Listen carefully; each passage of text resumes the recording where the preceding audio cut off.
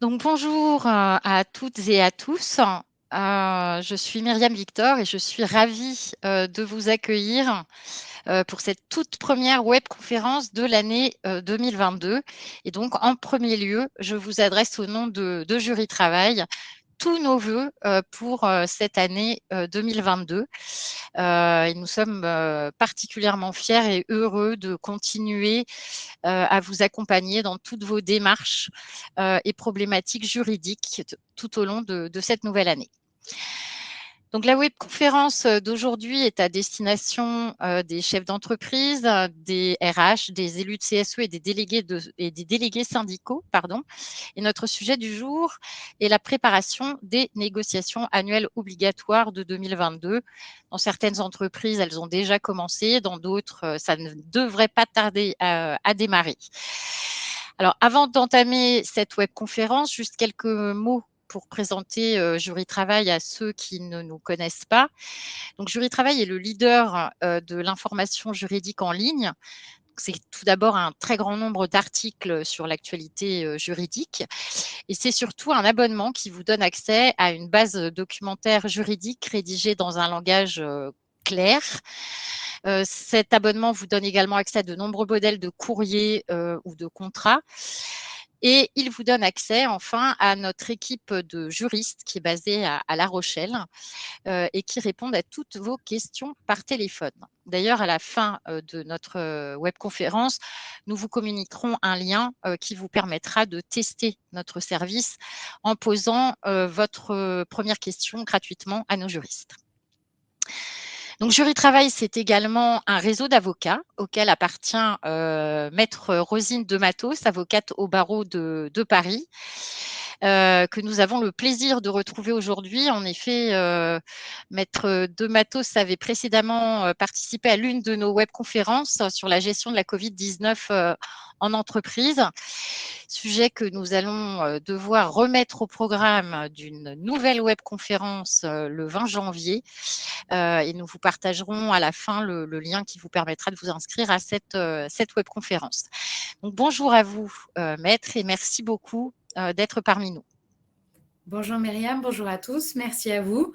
Je suis ravie d'être avec vous aujourd'hui pour aborder ce thème ô combien intéressant qu'est celui des NAO.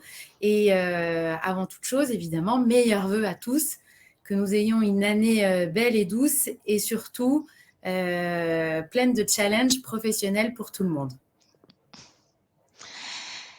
Alors, nous avions mis à votre disposition, comme d'habitude, un formulaire en amont de cette webconférence afin de vous permettre de poser toutes vos questions. Nous les avons transmises à notre invité qui va y répondre au cours de cette webconférence. Nous avons prévu une durée de 45 minutes et nous essaierons de nous y tenir.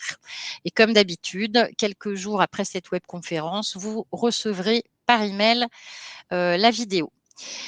Si vous souhaitez poser des questions au cours de la webconférence, je vous invite à les poser dans l'onglet questions, dans la partie située à droite de la vidéo.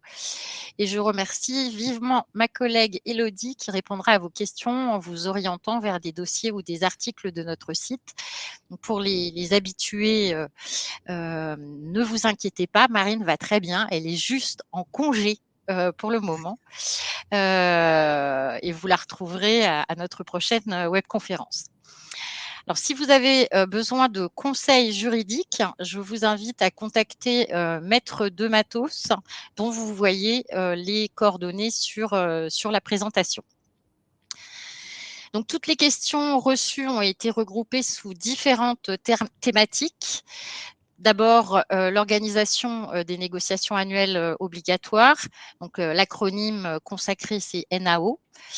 Ensuite, le déroulement de ces NAO ainsi que les thématiques qui doivent y être abordées. Et enfin, la conclusion des NAO. Donc, commençons par notre première partie avec une première question que je vous adresse, Maître. Quelles sont les entreprises concernées par les négociations annuelles obligatoires? Quels en sont les grands principes? Merci Myriam. Alors, cette première question pose un petit peu les bases des règles et notamment du cadre juridique qui s'applique en matière de négociation annuelle obligatoire. Donc, ce qu'il faut savoir, c'est que nous sommes dans un domaine qui concerne la négociation collective. Donc, à titre liminaire, je rappellerai que, effectivement, la loi impose un certain nombre de règles pour ce qui est de la négociation annuelle obligatoire, mais il ne faut pas oublier pour autant que les règles ordinaires et je dirais de droit commun sur la négociation des conventions et des accords collectifs s'appliquent.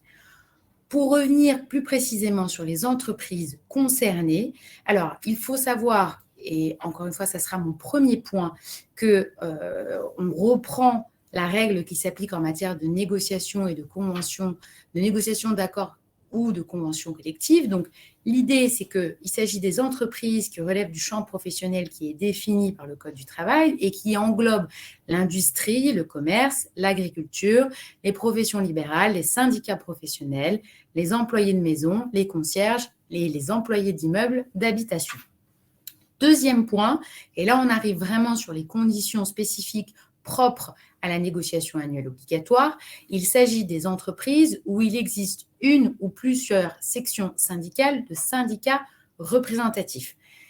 Le point est important dans la mesure où, effectivement, si on est dans une entreprise où il n'y a pas de section syndicale ou alors dans une entreprise où la section syndicale est rattachée à des syndicats qui ne sont pas considérés comme représentatifs, il n'y a pas d'obligation de mettre en place de la NAO. Alors, je rappelle encore une fois que la question de la représentativité, et notamment dans le droit du travail français, est assez sensible, puisqu'il y a un certain nombre d'héritages qu'on a, notamment pour ce qui est des 5 grandes confédérations, mais pour ce qui est de la représentativité au niveau de l'entreprise, je rappelle, il s'agit des syndicats qui vont notamment obtenir plus de 10% au premier tour des dernières élections.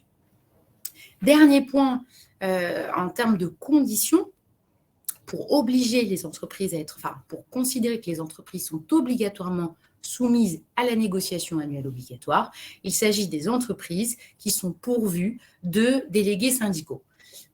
Il s'agit d'une doctrine administrative qui a été adoptée et qui depuis n'a jamais été remise en cause. Et effectivement, la présence d'un DS est une condition obligatoire. Alors, vous allez me dire, mais dans ces 3 conditions-là, on ne voit pas apparaître la condition de l'effectif. Et je vous confirme, il faut absolument appréhender cette question de la négociation annuelle obligatoire de manière totalement déconnectée de la question des effectifs. Dès lors qu'on remplit les conditions qui sont visées, et je les rappelle, l'existence d'une ou plusieurs sections syndicales de syndicats représentatifs et également la désignation d'un DS, même s'il s'agit d'une entreprise qui est inférieure, dont l'effectif est inférieur à 50 salariés, elle sera soumise à l'obligation de négocier.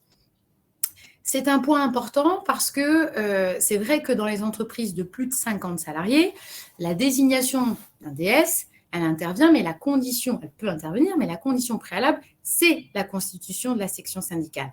Ce qui n'est pas le cas pour les entreprises de moins de 50 salariés. Donc, il y a eu une espèce de doute qui a plané. Et c'est vrai qu'on a quelques décisions qui ont tranché le point, et notamment un arrêt de la Cour d'appel de Limoges de 2017 qui nous a bien rappelé que pour ce qui est des entreprises de moins de 50 salariés, les conditions sont les mêmes. Donc, encore une fois, bien relevé du champ professionnel que nous avons évoqué au tout début de ce paragraphe, et l'existence d'une ou plusieurs sections syndicales de syndicats représentatifs, mais également la question, et en tout cas l'existence de délégués syndicaux dans l'entreprise. Très bien, merci beaucoup Maître. Donc pour préciser les choses et pour répondre à une question qui a été posée par chat par Alexandra, donc en l'absence de délégué syndical, les NAO peuvent-elles être négociées avec le CSE? Alors, c'est une question, on va dire, qui a fait débat ces dernières années. parce que, notamment depuis l'entrée en vigueur d'un certain nombre de lois, telles que les lois Rebsamen, et par la suite, on a eu également la loi travail et également les ordonnances Macron, on a assisté à un phénomène qui a consisté à élargir, en tout cas, la possibilité de conclure des accords collectifs avec un interlocuteur qui ne serait pas un délégué syndical. Donc, quand on a vu ce mouvement intervenir, on s'est posé la question de savoir, si finalement on peut conclure des accords et des conventions collectives avec un interlocuteur qui n'est pas un délégué syndical, cela signifie potentiellement que on peut le faire, on peut mettre en place une négociation annuelle obligatoire avec un autre interlocuteur que le délégué syndical et donc, pourquoi pas, avec des membres titulaires d'un CSE.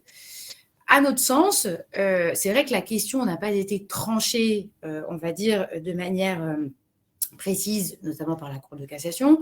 Pour autant, on a quand même une certaine partie de la doctrine qui considère, et moi j'estime à juste titre, que tout ce qui est relatif à la négociation annuelle obligatoire est quand même rattaché à la question du mouvement syndical.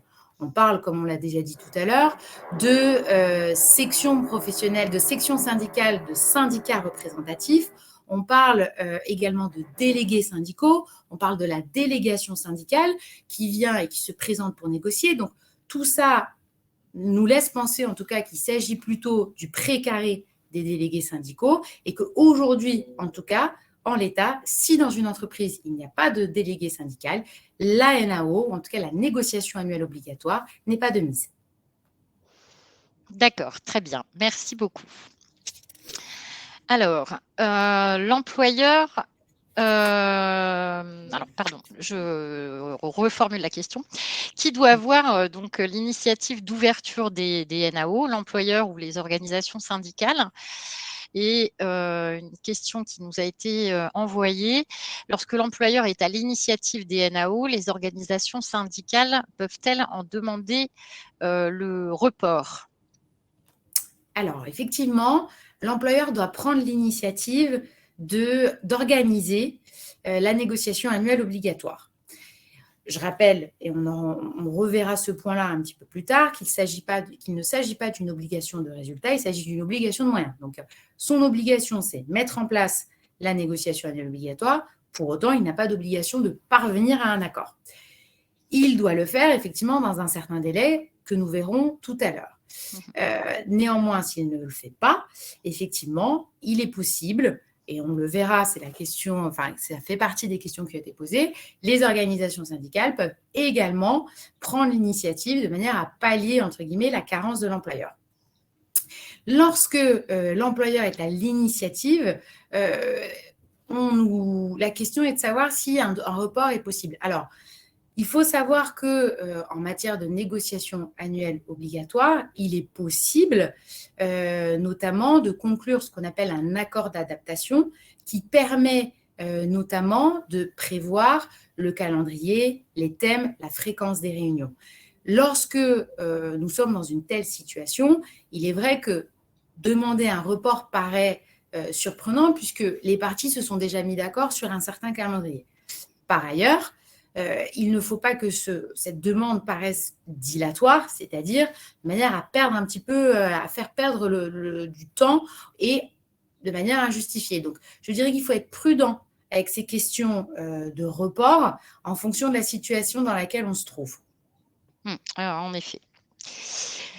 Alors, justement, quels sont les recours si les négociations annuelles obligatoires ne sont pas organisées dans l'entreprise, dans les délais impartis, et quelles sanctions peuvent être encourues?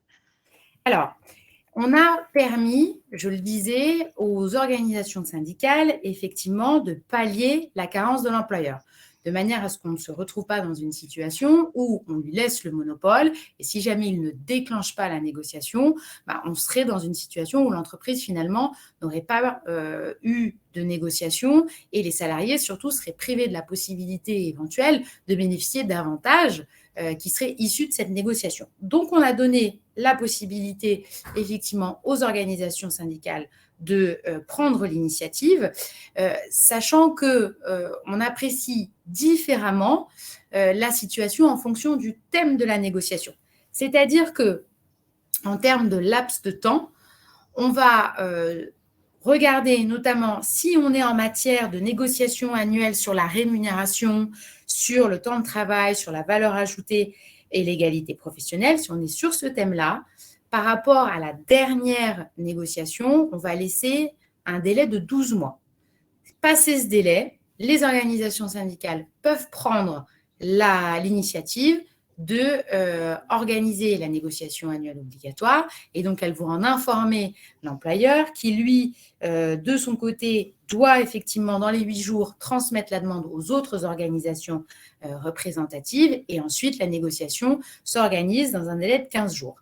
Si on est sur un autre thème qui est celui de la gestion des emplois et des parcours professionnels, le cas échéant, il faut savoir que cette négociation, en tout cas ce thème-là, qui concerne encore une fois que les entreprises qui ont plus de 300 salariés, là, pour le coup, ce qui se passe, c'est qu'on a un délai qui est un peu plus long, qui est un délai de 36 mois. Donc, le point, on va dire, névralgique dans ce type de situation va être de déterminer en réalité quel sera le point de départ de prise d'effet de ce délai-là. Et c'est pour ça qu'on va le voir un petit peu plus tard, la question notamment du procès-verbal de désaccord peut être un point important à négocier, même si on n'arrive pas à se mettre d'accord sur des thématiques de négociation, sur des propositions, parce qu'à partir de ce point de départ-là, pour l'année suivante, va démarrer en fait le calcul de ce fameux délai et donc la possibilité après pour les organisations de prendre l'initiative de la négociation en cas de carence de l'employeur. Si jamais l'employeur, attention, ne se met pas en conformité, c'est-à-dire qu'il refuserait à la suite d'une demande d'une organisation la mise en place de la négociation, il risque de se mettre et de se rendre coupable, de se mettre dans une position de se rendre coupable de ce qu'on appelle le délit d'entrave à l'exercice du droit syndical. Et le cas échéant, il faut le savoir, les peines sont 1 an d'emprisonnement et 3 750 € d'amende, voire en cas de récidive, 2 ans d'emprisonnement et 7 500 € d'amende. Donc, ce n'est pas négligeable et surtout, ça c'est ma recommandation, lorsque l'on sent que les relations sont tendues, il vaut toujours mieux, effectivement, brandir la menace du délit d'entrave de manière à calmer un petit peu les esprits et pouvoir déclencher cette négociation que tout le monde attend. Très bien. Donc, je pense que ça répond en partie à la question d'Éléonore qui demandait sous quel délai l'employeur devait ouvrir les NAO. Et donc, manifestement, votre employeur a dépassé les délais. Ah. Donc, attention, parce qu'encore une fois, la situation n'est pas neutre dans ce type de circonstances. Alors, donc nous allons maintenant aborder le déroulement des NAO et les thématiques à aborder. Dans cette partie, nous allons évoquer vraiment les dispositions prévues par le Code du travail. En effet, je rappelle que des accords de branche ou des accords d'entreprise peuvent être plus ou moins favorables que ces dispositions prévues par le Code du travail. Il est donc essentiel de vérifier qu'aucun accord d'entreprise ou de branche ne vient modifier ces dispositions.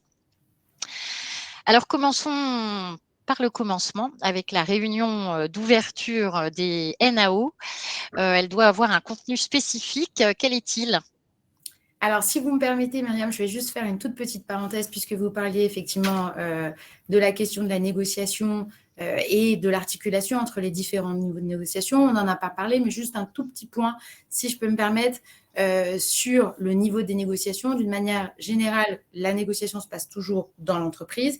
Évidemment, ce qui se passe au niveau national ou de la branche peut influencer, mais ça ne substitue pas la négociation annuelle obligatoire. Et attention, effectivement, notamment lorsqu'on est dans un groupe où, là encore, c'est l'entreprise qui prédomine. On peut se rattacher à l'accord de groupe si effectivement il y a un accord de groupe qui est sur le même thème ou s'il y a eu un accord de méthode, etc., etc. Mais la priorité, encore une fois, c'est toujours l'accord d'entreprise. Donc, une fois qu'on a pris les bonnes dispositions, qu'on n'est pas en délit d'entrave, on a lancé la NAO, il y a ce qu'on appelle la réunion préparatoire. Donc, c'est une réunion qui est organisée par l'employeur, dont au cours de laquelle vont être abordées et vont être précisées surtout les informations que l'employeur remettra aux membres des délégations syndicales, la date de cette remise, le lieu, le calendrier des réunions, de là ou des réunions ultérieures. Il faut savoir qu'en l'absence d'accord sur ces sujets-là, en fait, l'employeur a la possibilité de définir seul ces points afin que la négociation en cours ne soit pas paralysée. C'est une option. L'idéal, évidemment, étant que les parties se mettent d'accord dans le cadre de la réunion, de manière à ce qu'après, on puisse enclencher, on va dire, les sujets de fond de manière constructive et sereine. Moi, ma recommandation dans ce type de circonstances, je dirais, c'est peut-être pour l'employeur d'aller un petit peu plus loin, parce qu'il a quand même cette obligation, encore une fois, de mettre en place la négo, pas d'arriver à un accord, mais pour démontrer qu'il a mis les choses de manière effective en marche. Moi, je recommanderais également, au cours de cette réunion, notamment de discuter et de demander aux organisations quelles vont être les personnes qui vont composer la délégation syndicale, puisqu'il y a les délégués syndicaux, mais aussi des salariés, de manière à ce qu'ils puissent ensuite directement convoquer ces personnes-là, par écrit de préférence, et qu'après, on évite toute difficulté sur la question de la convocation. Je rappelle, le cas échéant, que la convocation doit indiquer le lieu, la date et l'heure de la réunion. Tout à fait, merci. Alors, je vais revenir juste un petit peu sur vos propos précédents. Pardon, je m'étouffe, puisque Marie-Laure nous pose une question à propos de l'accord d'adaptation et elle se demandait si c'était la même chose qu'un accord de méthode. Pourriez-vous lui répondre sur ce point rapidement? Alors, ce n'est pas la même chose. C'est-à-dire qu'un accord de méthode, par exemple dans notre situation, pourrait être conclu avant cette première réunion préparatoire de manière à effectivement définir les modalités de la négociation. À la différence, c'est que là, en l'occurrence, en matière de négociation annuelle obligatoire, on a une disposition du code qui nous dit, alors je ne vais pas la lire en substance parce que c'est pas très, c'est assez fastidieux, mais elle nous dit que les parties ont la possibilité en fait de négocier et de se mettre d'accord sur les thèmes, notamment sur la périodicité, c'est-à-dire qu'on peut modifier normalement, par exemple sur le thème de la rémunération, on négocie chaque année. L'accord d'adaptation permet au contraire de déroger à cette obligation. Et en fait, cet accord-là, il va beaucoup plus loin qu'un simple accord de méthode, puisque là, on va pouvoir effectivement, alors sous réserve de respecter un certain nombre de règles, je pense par exemple à l'adaptation de la périodicité, où on est quand même cadré par les dispositions d'ordre public qui empêchent de modifier la périodicité au-delà de ce fameux délai de 4 ans. Donc, tout ça pour vous dire que ce n'est pas la même chose et que l'accord d'adaptation permet d'aller plus loin, puisqu'il permet aussi de négocier notamment sur les thèmes, donc en rajouter éventuellement, voire peut-être en adapter par rapport au contexte de la situation. Et c'est pour ça qu'il s'agit de deux sujets qui sont différents. D'ailleurs, ils ne se positionnent pas au même moment. Au niveau de l'accord de méthode, celui-ci peut intervenir avant la réunion préparatoire ou même pendant celle-ci, alors que quand on est sur l'accord d'adaptation, c'est-à-dire qu'on va modifier, en tout cas, notamment les modalités de négociation, mais aussi le cœur même de la négociation, là, ça intervient dans la négociation en tant que telle. Alors, petite parenthèse, puisqu'il y a une question qui revient très fréquemment sur les négociations pendant cette crise sanitaire de Covid. Effectivement, est prévu que les négociations en distanciel devront être favorisées. Alors, ce n'est pas une obligation. Les organisations syndicales peuvent peuvent refuser dans l'absolu, mais c'est vivement recommandé par le ministère du Travail. Je ne sais pas si vous avez quelque chose à ajouter sur le sujet, maître. Alors, je dirais que la difficulté, c'est qu'effectivement, vu le contexte sanitaire, on a toujours tendance à encourager la négociation à distance. Moi, je trouve, et pour intervenir auprès de représentants du personnel, alors je sais que le CSE n'est pas évidemment l'interlocuteur dans ce type de situation, mais je sais, pour avoir échangé avec des représentants du personnel, c'est vrai que la négociation quand même de manière physique permet quand même d'échanger de manière beaucoup plus fluide, beaucoup plus simple, et d'avancer plus rapidement sur un certain nombre de sujets. Maintenant, il faut tempérer ceci avec le contexte sanitaire actuel. Peut-être que, justement, dans le cadre des discussions lors de la réunion préparatoire, voire d'un accord de méthode si celui-ci a eu lieu, de réfléchir de manière, on va dire, constructive et conjointe avec l'employeur, à alterner peut-être des réunions par visio et des réunions en physique. Et surtout, si on opte pour la réunion physique, toujours s'assurer évidemment que celle-ci peut se faire dans le respect des gestes barrières et des règles qui s'appliquent dans le contexte sanitaire que nous connaissons. Très bien, merci beaucoup, maître. Effectivement, le présentiel est toujours souhaitable, mais des fois, le distanciel, on n'a pas trop le choix et c'est malheureusement mieux que rien du tout, Tout à à mon fait. sens. Oui, je suis tout à fait d'accord avec vous. Mais c'est pour ça que je pense que lors de cette réunion préparatoire, qui pour certains peut paraître, on va dire, un petit peu anodine, à mon sens, d'un point de vue juridique, déjà, elle est très importante c'est le top départ, on va dire, de la négociation.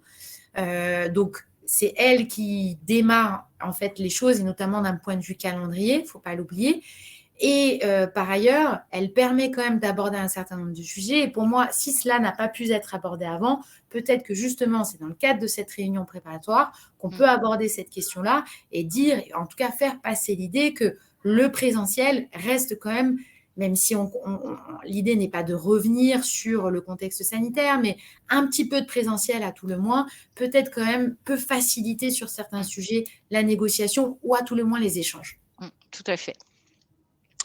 Alors, on revient à notre parcours de notre webconférence, parce que sinon on va prendre un petit peu beaucoup de De retard. retard.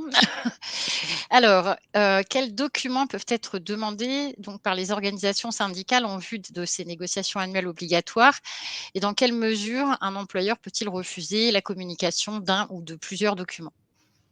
Alors, sur la question du contenu des informations à communiquer, il faut savoir que le Code du travail ne fixe pas de liste exhaustive. En fonction de certaines thématiques, on peut être confronté, on va dire, à certaines, l'employeur peut être confronté à certaines obligations.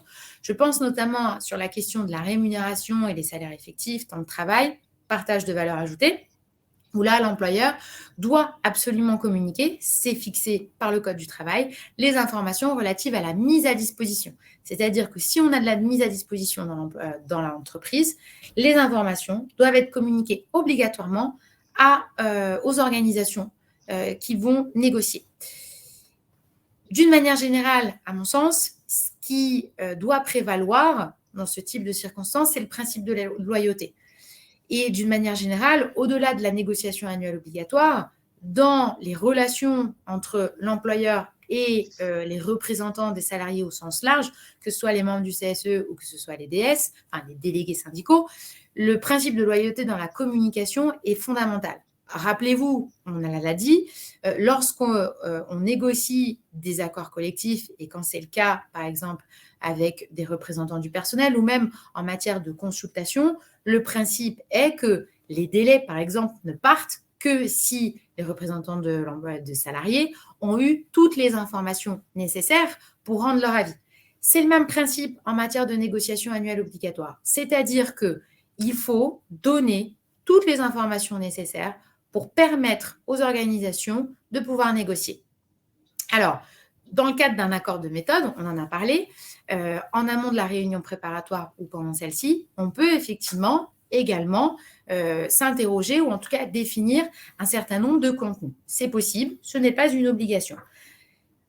On peut se pencher toutefois pour avoir une idée, on va dire, du scope, en tout cas de l'étendue des informations qui doivent être communiquées sur la jurisprudence qui a été rendue à la matière et qui a donné quelques précisions.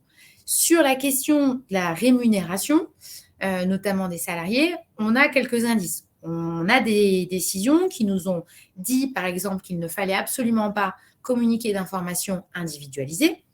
On nous a dit également que les critères d'attribution des primes, lorsque ceux-ci, en fait, lorsque les primes, plutôt, lorsque celles-ci ont une importance en termes de masse salariale, ces critères-là doivent être communiqués.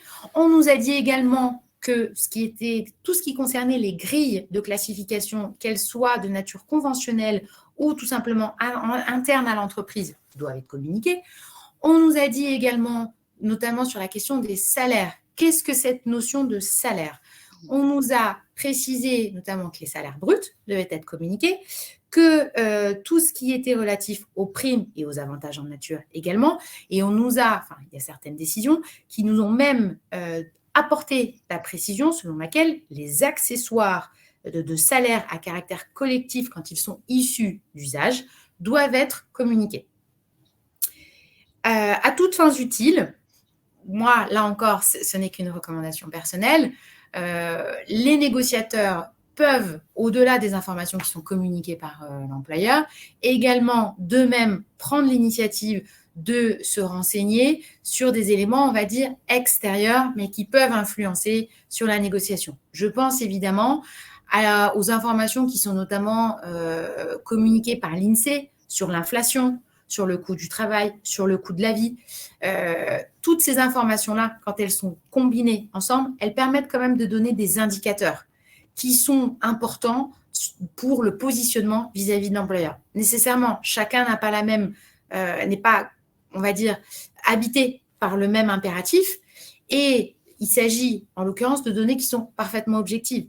Là, par exemple, on a, dans le cadre de la préparation de cette intervention, j'ai parcouru un petit peu, moi, des bases de données, et c'est vrai que sur 2022, ce qu'on nous dit, c'est que compte tenu de l'inflation en cours qui est à plus de 2% aujourd'hui, et notamment du manque de matières premières, mais également tout simplement de main-d'œuvre, dans certains domaines tels que le bâtiment, on pense, en tout cas, ces éléments-là laissent à penser que les négociations annuelles obligatoires de 2022 peuvent être un moment clé dans la négociation des salaires et des augmentations, et qu'on pourrait, dans ces circonstances-là, constater un certain nombre d'augmentations significatives, ce qui voudrait dire entre 2 et 3%. Donc, vous voyez qu'au-delà des informations communiquées en interne, on peut également aller chercher de l'information externe, en tout cas de nature objective et qui ne prêtera pas à débat. Dernier point sur notamment la question de la jurisprudence qui a été rendue, mais cette fois en matière d'égalité homme-femme. On nous a dit que tous les indicateurs qui étaient présents dans la base de données sociales et économiques, la BDES, étaient importants et devaient être mis à la disposition des négociateurs. Et on nous a dit également que les grilles internes de carrière et de compétences de l'entreprise, c'est une jurisprudence de 2019, donc qui est assez récente, devait également être mise à la disposition des négociateurs. Donc, vous voyez que même si le Code du travail, en tant que tel, ne donne pas de liste, sauf exception, on a quand même un certain nombre de précisions qui ressortent de la jurisprudence. Pour ce qui est des modalités de mise à disposition, évidemment, la base de données économiques et sociales est fondamentale. Donc, attention aux employeurs de toujours veiller à avoir, en abrégé, ce qu'on appelle la BDES à jour. Je rappelle que lorsque ce n'est pas le cas, le risque, c'est encore une fois le délit d'entrave au fonctionnement notamment du CSE, par exemple, puisque ces informations-là doivent être mises à la disposition des représentants du personnel. Mais en tout cas, les informations dans le cadre de négociations annuelles obligatoires, peuvent être mises à la disposition par l'intermédiaire de la BDES, notamment pour ce qui est de l'égalité professionnelle. Dernier point sur la question de la sanction, encore une fois, c'est le même principe qu'en matière notamment de consultation. lorsqu'on est face à un employeur qui fait de la rétention d'informations, on est de la même manière en délit d'entrave. Alors là, ça ne sera pas au fonctionnement du CSE, ça sera à l'exercice du droit syndical. Et les sanctions que j'ai évoquées précédemment s'appliqueront de la même manière.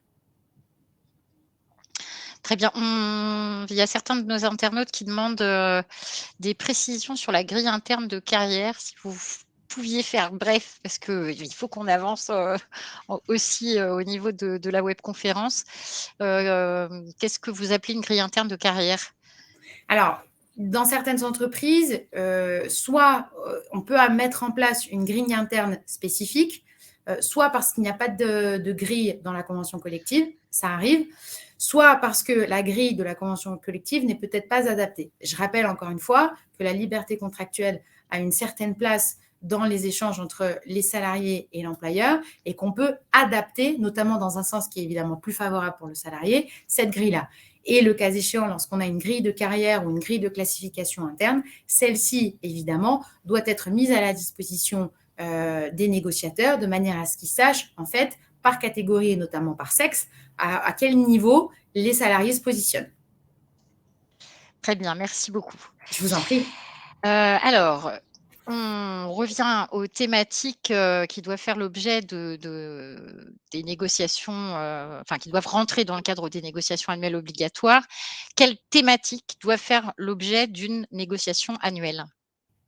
Alors, pour ce qui est des thématiques qui doivent faire l'objet de l'obligation de négociation annuelle, je rappellerai à titre liminaire qu'aujourd'hui, en tout cas depuis les ordonnances Macron, on a une arborescence du Code du travail qui est spécifique.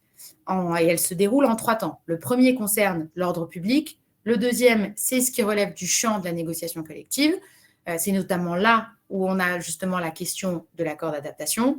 Et ensuite, on a ce qu'on appelle les dispositions supplétives. Ce qui veut dire que quand on n'a pas d'accord d'adaptation, on bascule sur les dispositions supplétives dans le respect, évidemment, de l'ordre public. Donc, si on est dans une situation où on n'a pas eu d'accord d'adaptation, on va basculer sur les dispositions supplétives. Et en l'occurrence, ce qu'on nous dit, c'est que l'employeur doit engager chaque année une négociation sur la rémunération, le temps de travail et le partage de la valeur ajoutée dans l'entreprise et que ça englobe un certain nombre de sujets. Alors, je ne vais pas tous les lister, parce qu'évidemment, il y en a beaucoup et qu'on est un peu pris par le temps, mais il y a notamment la question des salaires effectifs, de l'ensemble des salariés. On en a parlé tout à l'heure. Il y a notamment la question de la durée effective et l'organisation du temps de travail, avec des sujets clés tels que le temps partiel, mais également la question du taux de majoration des heures supplémentaires. On a également évidemment l'intéressement, la participation et l'épargne salariale. Et pour finir, le suivi de la mise en œuvre des mesures visant à supprimer les écarts de rémunération et les différences de déroulement de carrière entre les hommes et les femmes. Là, on est sur le premier thème. Sur le deuxième thème, c'est-à-dire l'égalité professionnelle entre les hommes et les femmes, on a un certain nombre de thématiques qui sont précisées par le code. Elles sont de l'ordre de 6. Il y a notamment, pour moi, l'une qui est fondamentale, c'est l'articulation entre la vie professionnelle et la vie personnelle. Et j'attirerai juste votre attention à tous sur le fait que on a eu aujourd'hui une petite modification de ce thème-là, puisque avant c'était l'égalité professionnelle entre hommes et femmes et qualité de vie au travail. Et en fait, il y a eu un ANI qui a été conclu le 9 décembre 2020, qui a été intégré dans le Code du travail au cours de l'année 2021. Et aujourd'hui, il faut avoir une vision un petit peu plus large de cette thématique, puisqu'il s'agit de l'égalité professionnelle entre les femmes, les hommes, la qualité de vie et des conditions de travail. Donc aujourd'hui, on ne parle plus de QVT, mais bien de QVCT. Voilà. Tout à fait, ça avait fait l'objet de notre dernière, enfin, nous en avions parlé lors de notre dernière webconférence de l'année dernière. D'accord. Alors, quelles thématiques doivent être abordées au moins tous les 3 ans maintenant? Alors, la thématique tous les 3 ans, je rappellerai juste en introduction qu'il s'agit de la thématique, de la thématique qui concerne uniquement les entreprises d'au moins 300 salariés, c'est la gestion des emplois et des parcours professionnels et sur la mixité des métiers.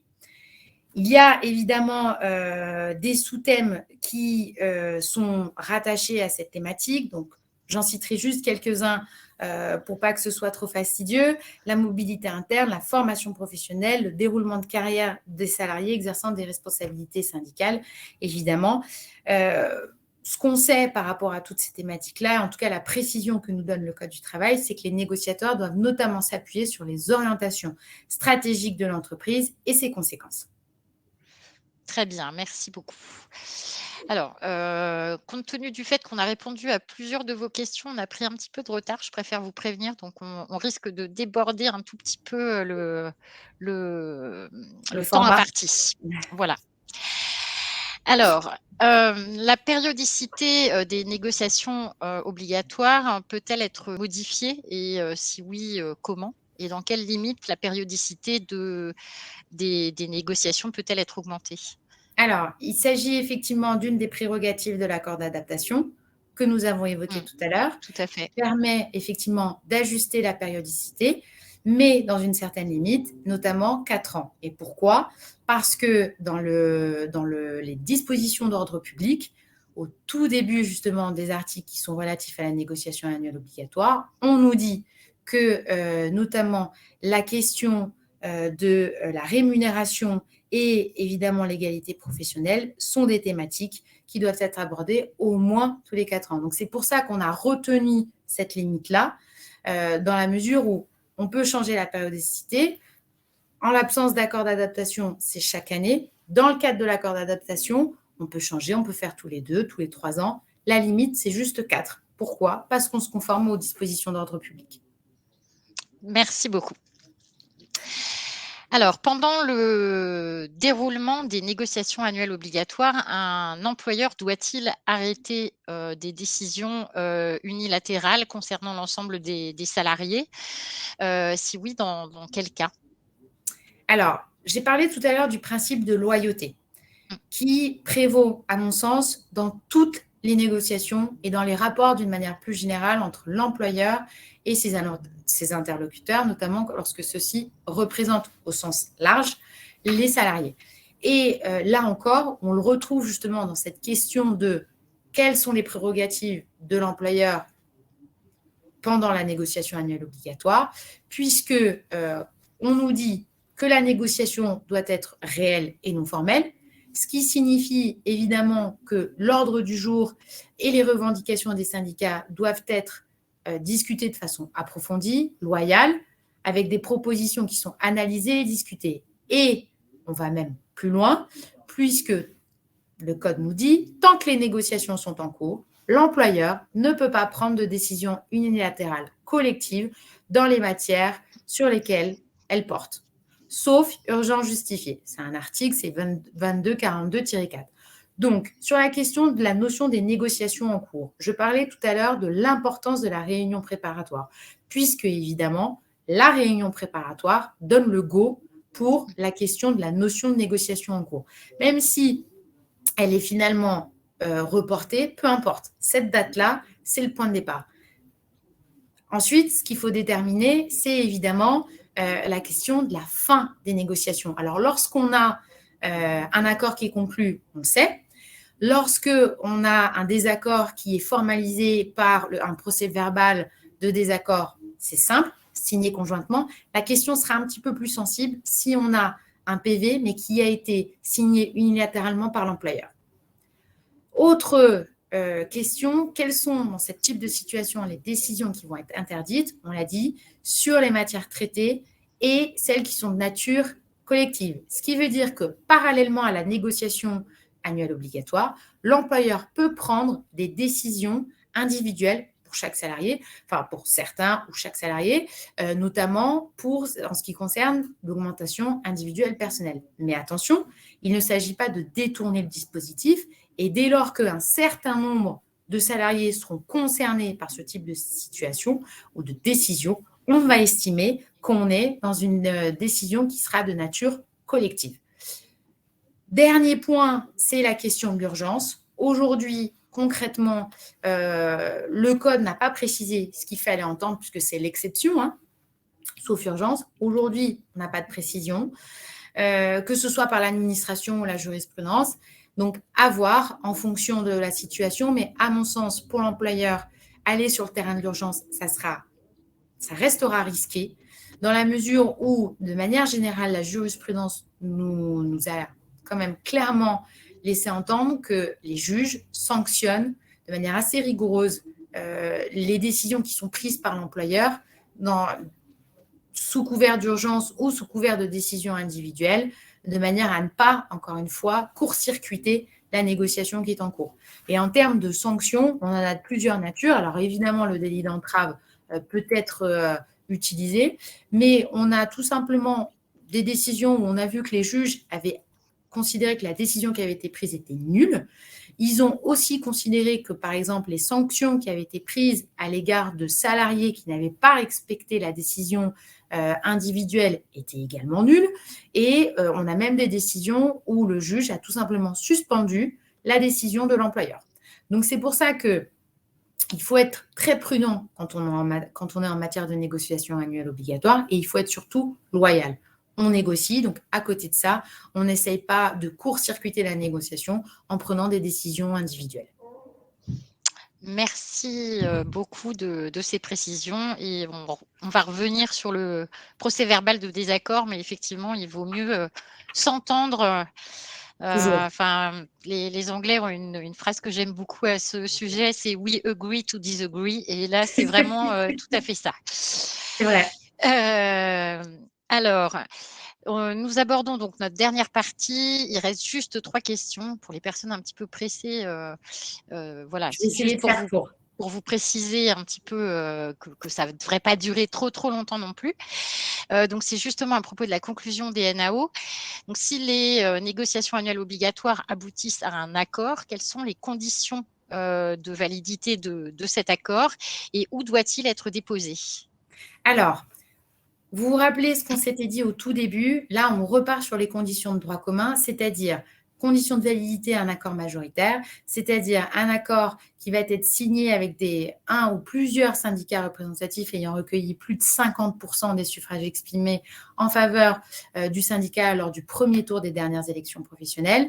Si le syndicat signataire, le ou les syndicats signataires ne sont pas dans cette disposition-là, il faut au moins qu'ils aient atteint le score de 30%, et ensuite, l'accord fait l'objet d'une approbation par la majorité des salariés dans le cadre d'un référendum. Pour ce qui est ensuite de ce qu'on appelle les formalités, il doit évidemment être notifié à l'ensemble des organisations syndicales représentatives à l'issue de la procédure de signature par la partie la plus diligente. Évidemment, il doit faire l'objet d'un dépôt auprès de l'administration qui se fait maintenant de manière très facile par la plateforme de téléprocédure. Et enfin, il doit être envoyé au greffe du Conseil de prud'homme du lieu de conclusion. Juste une petite précision, certains accords sont toutefois régis par des règles spécifiques. Je pense par exemple aux accords collectifs en matière de salaire, puisque ceux-ci, lorsqu'on les dépose, doivent être accompagnés d'un procès-verbal d'ouverture des négociations portant sur les écarts de rémunération entre les femmes et les hommes, consignant, on nous dit, les propositions respectives des parties. Par ailleurs, lorsqu'on est sur des thématiques relatives à la durée du travail, repos quotidien, l'accord en question doit être également transmis à la commission paritaire permanente de négociation et d'interprétation. Très bien, merci beaucoup. Alors, une autre question qui nous a été fréquemment envoyée. Le comité social et économique doit-il être consulté ou informé sur l'accord de la NAO avant sa signature? Alors, on en a parlé au tout début, il faut absolument déconnecter la négociation annuelle obligatoire du comité social et économique, donc il n'intervient pas et d'une manière totalement transparente, il ne doit pas être informé ou consulté sur l'accord qui serait conclu dans le cadre de la NAO. En revanche, n'oubliez pas que dans le cadre des consultations récurrentes du comité, évidemment, il doit être informé, puisque si on a une négociation annuelle obligatoire qui va se positionner sur la question des augmentations, la question aussi, par exemple, de la durée du travail, ça fait partie des thématiques qui rentrent nécessairement dans les informations qui sont communiquées au comité dans le cadre des consultations récurrentes. De la même manière, l'obligation de l'employeur de mettre à jour systématiquement la base sociale de données, enfin la base de données économiques et sociales, implique de communiquer les informations aux représentants des salariés dans le cadre du CSE, et c'est dans ce cadre-là qu'ils en seront informés. Mais cette information arrive systématiquement a posteriori, et il s'agit uniquement d'une information et non pas d'une consultation sur l'accord en question. Très bien, merci beaucoup. Et enfin, dernière question à aborder. En cas de désaccord, donc on doit établir un procès-verbal de désaccord. Que doit-il contenir et peut-il mentionner des décisions unilatérales? Ça, c'est une question qui nous a été envoyée également. Et doit-il également faire l'objet d'un dépôt? Alors, le procès-verbal de désaccord doit effectivement être conclu lorsque on ne parvient pas à négocier. Je l'ai dit au tout début de l'intervention, la négociation annuelle obligatoire pour l'employeur est une obligation de moyens, ce n'est pas une obligation de résultat. Si on n'arrive pas à se mettre d'accord, on n'arrive pas à se mettre d'accord. Le cas échéant, on signe ce fameux procès-verbal qui donne lieu à un dépôt, et on va dire que la situation la plus simple, c'est quand on a un procès-verbal qui est signé conjointement. Lorsqu'on a un procès-verbal qui est signé de manière unilatérale par l'employeur, ça laisse toujours planer un certain doute sur les thématiques qui ont été ou non, enfin qui ont fait ou non l'objet d'un accord. Il faut préciser également qu'on peut avoir un procès-verbal de désaccord partiel, c'est-à-dire qu'on a pu réussir à se mettre d'accord sur certains sujets, mais pas sur d'autres. Le cas échéant, ce doit être mentionné dans le procès-verbal. D'une manière générale, le procès verbal de désaccord permet de démontrer à tout le moins que l'employeur s'est conformé à son obligation. D'accord ? Ça, c'est absolument fondamental. Et en termes de contenu, d'une manière générale, ce qu'il faut retenir, c'est qu'on va effectivement mentionner le désaccord. Je l'ai dit, les sujets, puisqu'on peut avoir un désaccord partiel. Plus précisément, les propositions respectives des parties en leur dernier état, et les mesures que l'employeur entend appliquer unilatéralement. Et dernier point, les mesures nouvelles éventuelles que l'employeur souhaite mettre en place. Et le cas échéant, il n'a pas les pleins pouvoirs, si je peux dire, en la matière, puisqu'il faut que ces nouvelles mesures soient conformes ou en retrait par rapport à ces dernières propositions. Elles ne peuvent pas être plus favorables que celles qu'il avait lui-même formulées auprès des organisations syndicales représentatives, dans la mesure où, je le rappelle, il doit agir de manière loyale. S'il n'a pas accepté, dans le cadre de la négociation, de se conformer, ou en tout cas d'agréer aux propositions et d'être dans un positionnement plus favorable pour l'employeur, pour les salariés, il ne peut pas finalement ne pas avoir donné, on va dire, ne pas avoir donné son accord aux organisations et finalement prendre la décision. On est dans un principe de loyauté, donc ce type de situation ne peut pas intervenir. Dernier point sur lequel moi j'insisterai par rapport à la question du procès-verbal de désaccord, c'est que ce procès-verbal-là va donner encore une fois le point de départ, rappelez-vous, des délais qui permettent aux organisations syndicales de prendre la main sur l'initiative de la négociation annuelle obligatoire. Donc, toujours faire attention, évidemment, au procès-verbal qui a été conclu l'année précédente, le cas échéant. Et pour l'employeur, ça fixe le moment où il va pouvoir reprendre la main, puisque, rappelez-vous, on l'a dit, pendant la négociation, il ne peut pas prendre de décision collective sur les thèmes de la négociation. Et une fois que la négociation est terminée, il reprend la main, après, sous réserve de respecter le principe de loyauté. Très bien, merci beaucoup, maître. Je vous en prie. Alors, nous arrivons donc au terme de notre webconférence. J'espère que ce format vous aura plu. En tout cas, le sujet vous a beaucoup intéressé. Vous avez posé énormément de questions pendant toute cette webconférence. Et encore un grand merci à Élodie qui y a répondu patiemment tout le long et qui n'a pas chômé.